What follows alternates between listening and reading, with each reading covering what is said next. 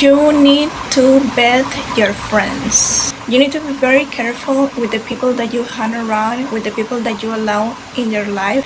I had a lot of experiences for trusting people too much, for giving people the benefit of the doubt, for thinking that everybody's a good person. For your own good, don't do that.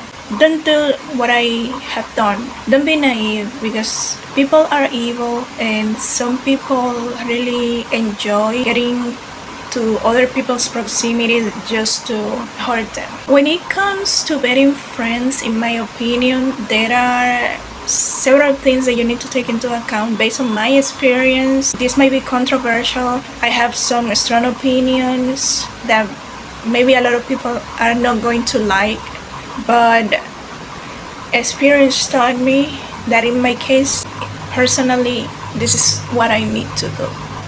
So first of all, you need to find out if you are compatible with a person before trying to form a friendship with them. Compatibility is not only important in romantic relationships, it's also important when it comes to choosing the right friends. So how do you check compatibility?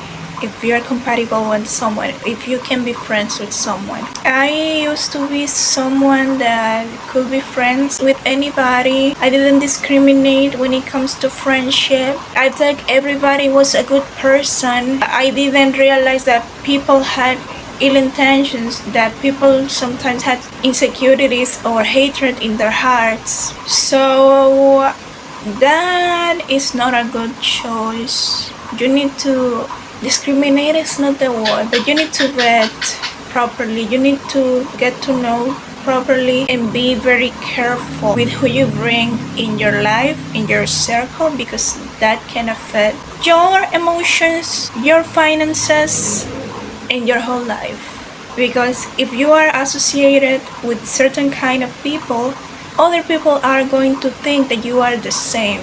If you make bad choices when it comes to friendship, you need to be wise, understand human nature. Not everybody's good. There's not a lot of really good people, authentically, genuinely good in this world. A lot of people have hierarchy thinking. They see others above or below them.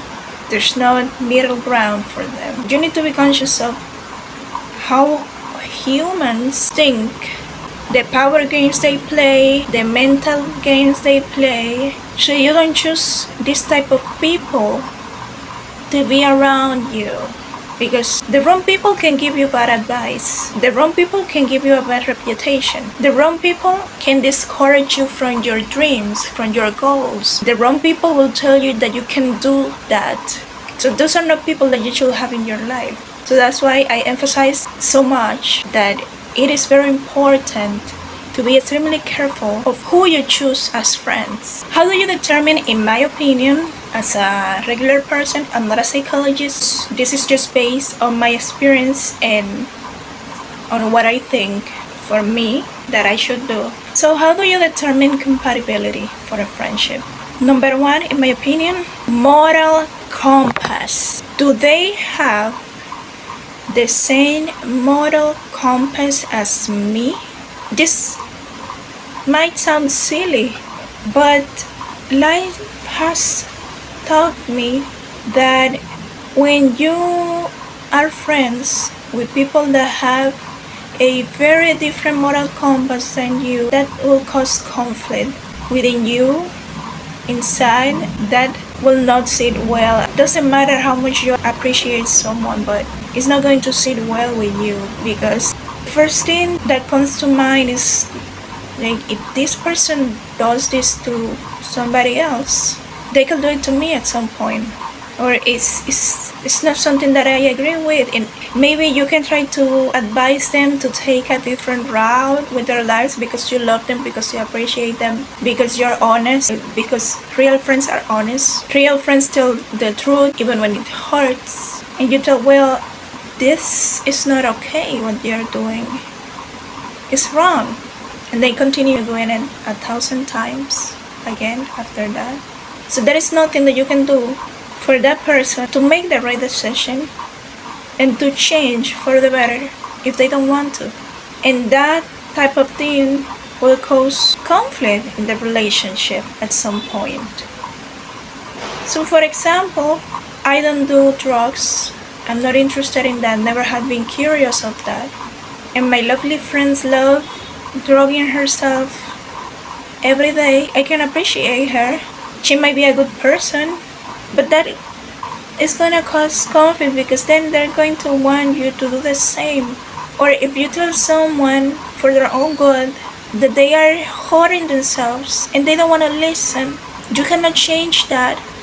And then you will feel bad and the other person will feel bad, and then will be a burden at the end for the both of you. I'm not okay with sleeping with married men, with sleeping around. For me, okay, that's me. I don't care what other people do with their lives, but the problem arises when the other person wants me to live the same way, or even though they don't want me to live the same way as them or do the same things, they criticize me for thinking differently, for having higher standards for myself. It's okay, you do you, but you let me do me. But no, they get mad when you don't think like them. So you can do whatever you want, okay, but why are you mad that I think differently? You can do whatever you want. I'm not telling you to do what I want.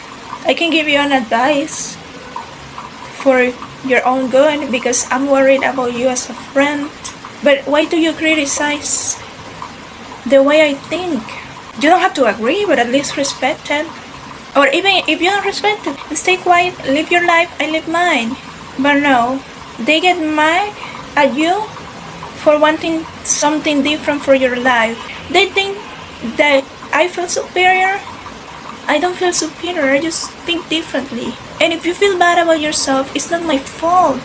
If you make a decision for your life and then you feel bad and then you feel inferior or inadequate, it's not my responsibility. The responsibility is yours. Did what you thought was good at a time, and then you feel bad, miserable, you feel less than, and then you want to make me feel bad for my life choices. So if moral compasses are not similar, there could never be a long-lasting friendship, in my opinion. Moral compasses are different. Unfortunately, we cannot be friends because I let people do whatever they want. But then, I say something, I stay true to myself, I say, well, I think when a man likes you, for example, they will treat you right, they will be respectful. I can only say that and they get mad. No, how can you think that? That doesn't mean anything. I can sleep around. Okay, I'm not judging you for that. It's your body. But you don't get mad at me because I express my truth and I think differently. So no, it's not going to work. It's not going to work when moral compasses are different because we're gonna keep judging each other and I don't have time for that. Number 2, difference in views in intelligence. To me, it's impossible. I'm sorry. I don't think I'm the most intelligent person in the world. I feel like there is a lot of things that I need to learn. But I cannot be friends with stupid people. I'm sorry. I can't. If you don't have another topic other than men, relationship, gossip, I don't have the patience for it.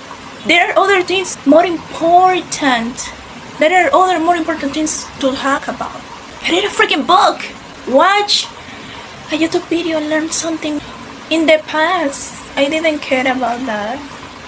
But now that I'm an adult, I want to learn as much as I can. I love learning new things. And I get bored, extremely bored, when people only talk about trivial things. We can talk about trivial things, we can have fun, that's fine. But all the time, with no depth, with no substance, I'm sorry, I can't.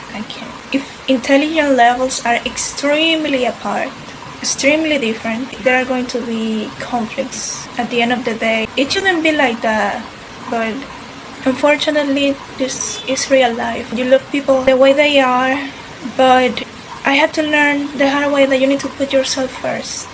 Because I'm the type of friend that's always encouraging, always, yes, you can.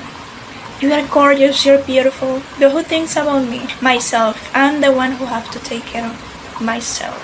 I used to be someone that put other people's needs before their own. That's my fault. It's my full responsibility.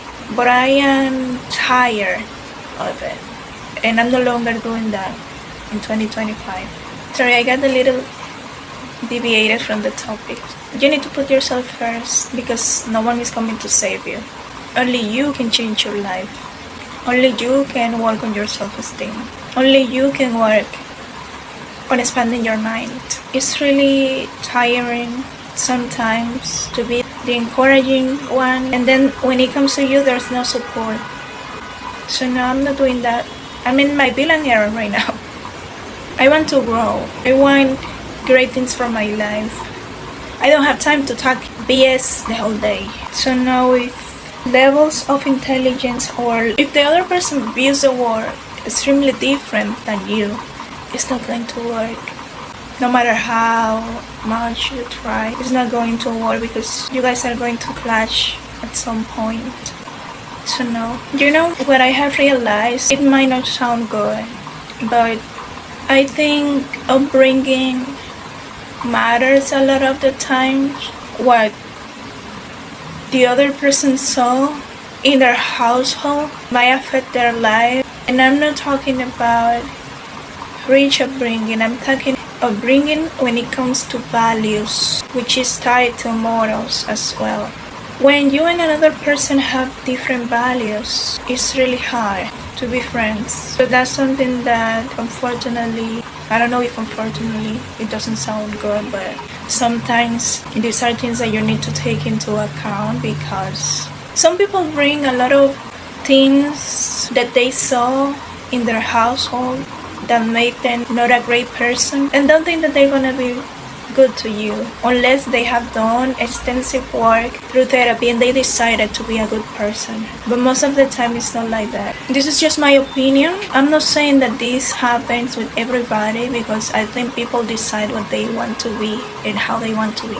If they saw violence in their house, there is a high probability that they will be violent as well. And this applies to friendships with men and women. If they have these things normalized and you don't, it might be hard to have a stable friendship, because sometimes you love and accept people as they are, but they have wounds that make them feel bad about themselves, and then they want to make you feel insecure. There is this saying in my country that says el sol sale para todos. In my opinion, I think there's enough blessing for everyone. There's enough money for everyone. There's enough space for everyone.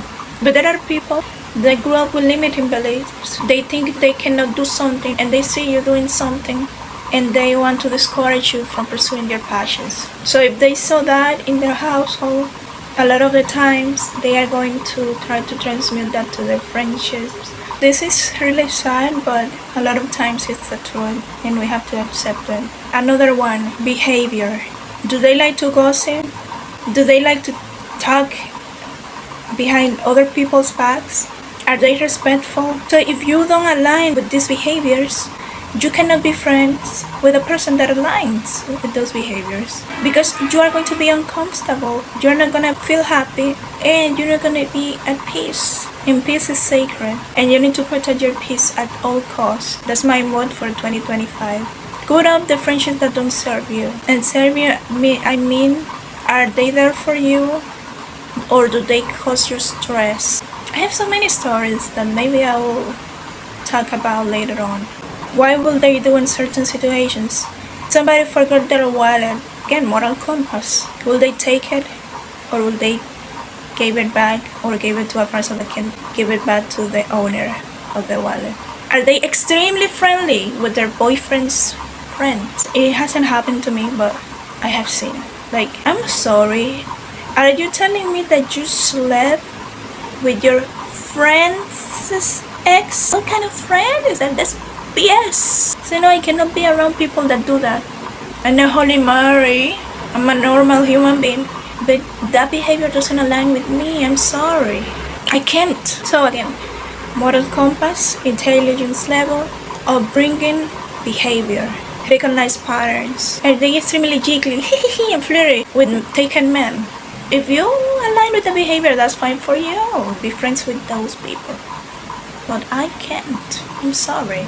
If I heard that you did a friend dirty and you slept with her ex-boyfriend or you took her man from her, I'm not justifying the man because in this situation they are both trash. But I'm sorry, I cannot trust people like that.